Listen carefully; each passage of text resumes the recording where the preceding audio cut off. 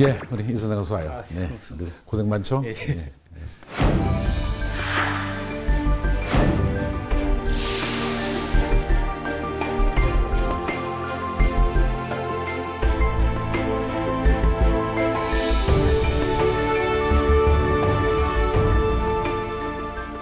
도서관 최우수 상도 받으셨더라고요. 그러니까 작년에 책을 좀 많이 봤어요. 네, 정책의장을 하기 위해서 자료도 못 가면 그 책을 뭐 내가 다 본 건 아니지만 하여튼 우리 보좌진을 통해서 일일한 자료를 탁해서 가지고 해가지고 상당히 작년에 이것저것 많이 봤던 것 같습니다. 이 권수를 보니까 작년에 258권을 도서관에 네, 많이 빌려왔어요. 그걸 어떻게 다 보셨는지 그걸. 뭐 그 책을 처음부터 끝까지 다 보지는 않았겠죠. 중간에 필요한 부분만 골라보는 것도 있고 선택해서 본 것도 있고. 작년에 내가 활동한 게 참 많습니다. 많은 그 소위 특별위원회 형태 성격들이 많이 있어가지고 그것저것 자료를 찾다 보니까 많이 보게 됐습니다.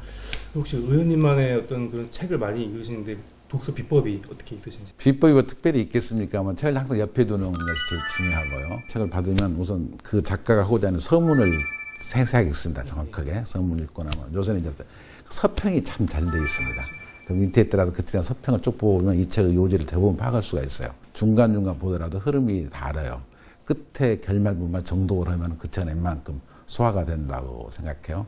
그래서 제가 책 보는 방법은 서문을 충실하게 읽고 그리고 그와 관련된 그 책에 대한 서평을 아주 잘 요약되어 있는 것을 골라서 한번 쫙 읽어보고 그 책에 대한 결론 부분을 이제 중간중간에 필요한 건 좀 찾아보겠지만 결론 부분을 정독하는 그런 형태로 제가 책을 많이 소화를 합니다. 그 책을 여기에 여기다 꽂아놨는데 여기 있구나. 예.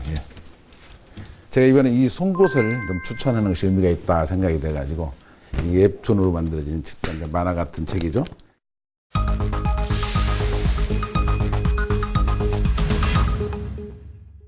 작년에 했던 그 미생이라는 드라마는 이제 인턴 사원이 정규직 사원 또는 비계약직으로 가는 상황을 아주 치열한 우리 청춘들, 우리 젊은이들의 대한 문제점을 지적한 책이라면 이것은 하나의 노동운동과 관련돼서 비정규직에 대한 문제, 노동운동과 관련된 부분, 노동의 부당행위와 관련된 부분들에 대한 내용들의 하나의 지금의 현실을 우리한테 정확히 얘기해 주는 그런 사회에 던지는 의미가 되게 크다.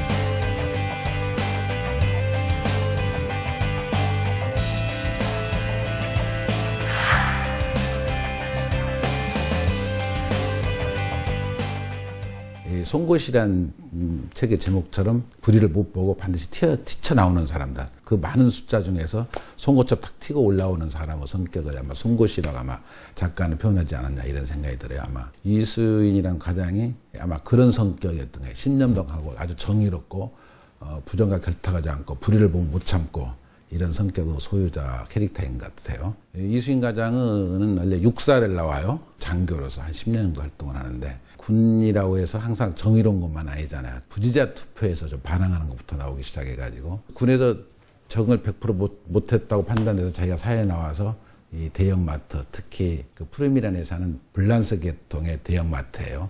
그래서 애국계 회사에 가면은 그래도 자기가 우리나라 기업보다는 더 언칙에 의한 그런 회사에 일 거냐는 그런 기대를 갖고 푸르미란 직장을 찾아서 일을 하게 되는데 그 비정규직을 해고하는 문제가 그래서 잘라내는 방법에 대해 지시를 해요. 근데 이수인 과장이 그걸 자기가 못하겠다고 그 자체가 노동법하고 안 맞는 것이고 그런 갈등에서부터 일이 시작되는 하나의. 앉으세요. 점장님 지시입니다. 점장 팔면 불안한데. 지금 있는 판매사원들 수단 방법 가리지 말고 전부 내보내세요. 아니, 부장님, 그게 도대체... 질문 안 받습니다. 하세요. 아니, 뭘 어떻게... 그런 것까지 제가 알려줘야 합니까? 인격 모독이든 징계든 해서 제 발로 나가게 하라고요. 장교 출신이잖아요. 그런 거 잘하시겠네. 여기가 무슨 신의 직장도 아니고 어차피 이직률도 높고 살짝만 떠밀어주면 알아서들 나간다고요. 아니, 부장님. 그거 불법입니다. 저는 못하겠습니다. 아, 그래요? 나가보세요.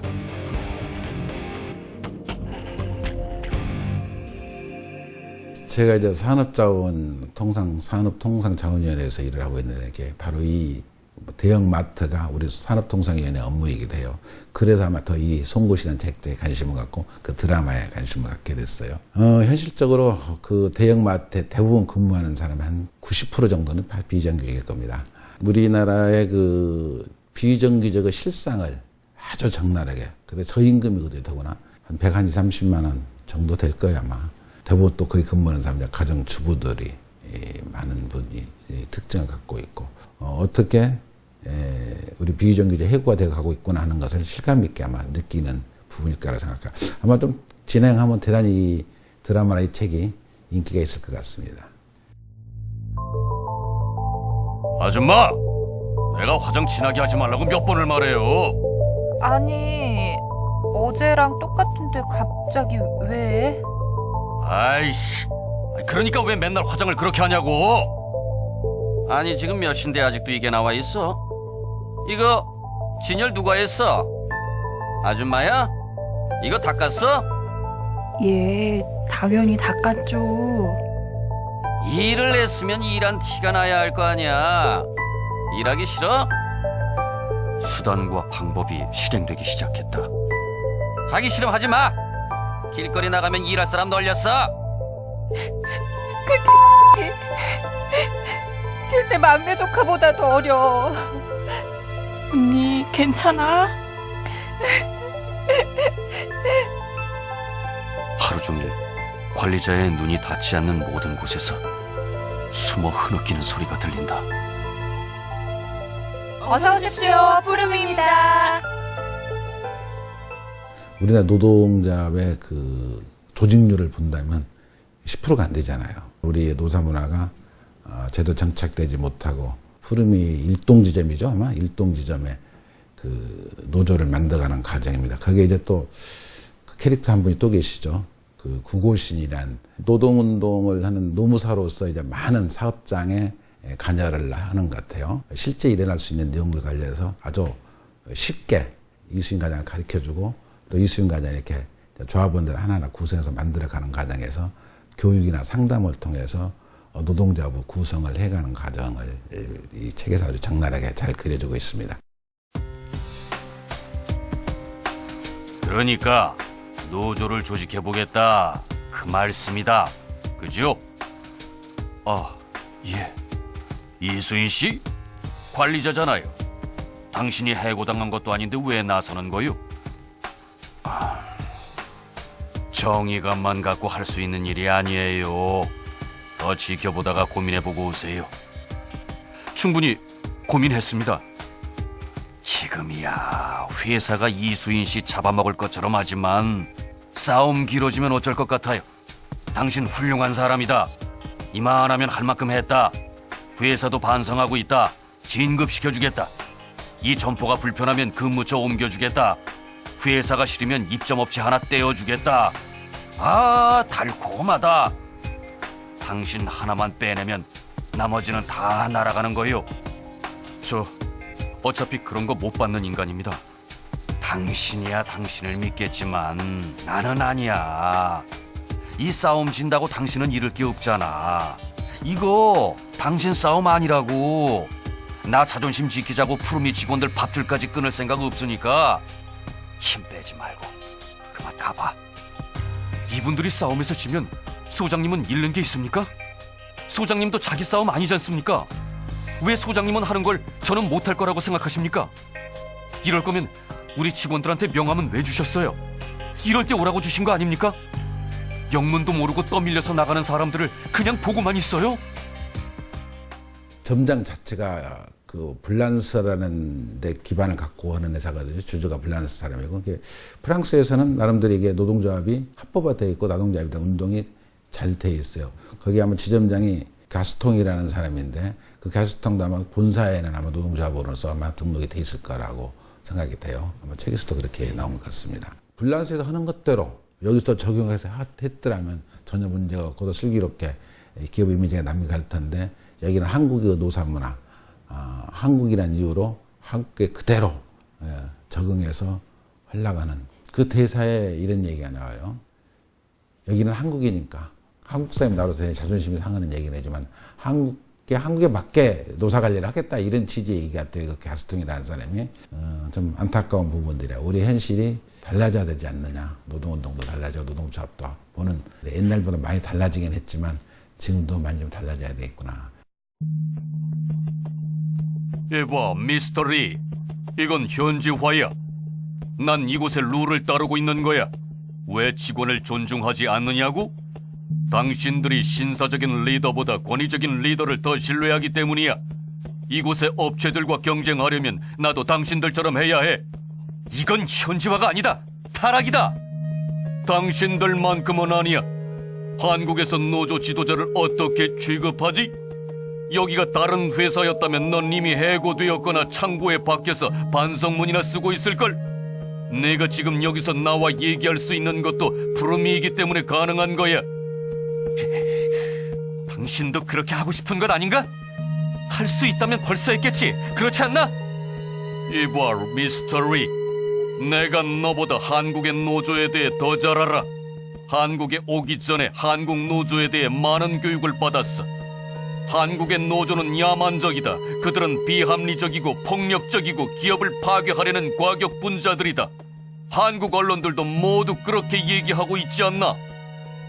푸르미란 했다고 했던 그 회사 지금 뭐 까르푸라는 회사일 것 같은데 그 회사는 이미 철수를 하긴 했지만 지금도 외국계 자본이 들어와 있는 경우이기 때문에 그것도 현재 진행형이죠. 어떤 의미에서는 까르푸에서 우리 홈웨버라는 회사로 넘어가거든요.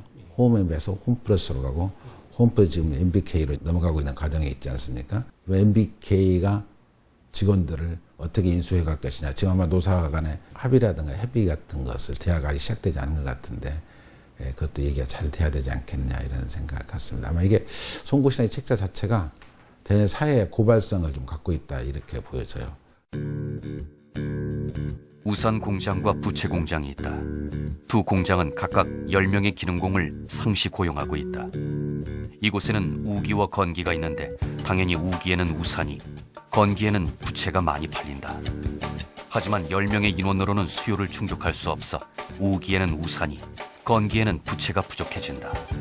반대로 우기에는 부채 공장의 직원들이, 건기에는 우산 공장의 직원들이 남아돌게 된다. 두 공장은 각각 5명씩의 직원을 내보내 일손이 필요한 공장으로 옮겨다니며 일하도록 했다. 그러자 직원들은 일이 너무 많거나 너무 적은 상태에 처하지 않게 되었고, 공장도 이익을 보고 소비자도 제때 원하는 물건을 살 수 있었고, 사회 전체의 생산성도 높아졌다. 이게 노동 유연화라는 겁니다. 그죠? 일 많으면 쉽게 뽑았다가 일 없어지면 쉽게 자르고, 그렇게 하면 누이 좋고 매부 좋고 사회 전체적으로 이득이란 거지요.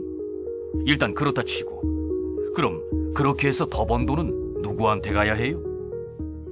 저 책에서도 그런 얘기가 나와요. 그 외국의 경우는 좀 초등학교 때부터 그 노사라는 것들에 대한 내용을 하고 협상력도 길러주는 교과 과제도 있고, 특히 독일 같은 경우는 노동조합이라는 것이 초등학교 때부터 하나의 교육 과정에 들어가서 제대로 가르치거든요. 근데 우리나라는 그런 과정들이 전혀 없죠. 노동조합과 관련된 교육이 하나 거의 금기시되어 있던 것이 현실이었던 거고, 지금도 그에 대한 교육이 제대로 안 만들어지고 있는 게 사실이죠.